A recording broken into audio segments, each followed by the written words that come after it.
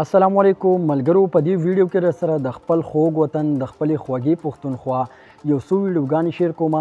څنګه چې تاسو پته ده چې زموږ پښتونخوا څومره ښایست لري، په ایشیا کې څومره یو ښایست ولا الله تعالی ورکړی دی او یو ډېر خوږ وطن دی.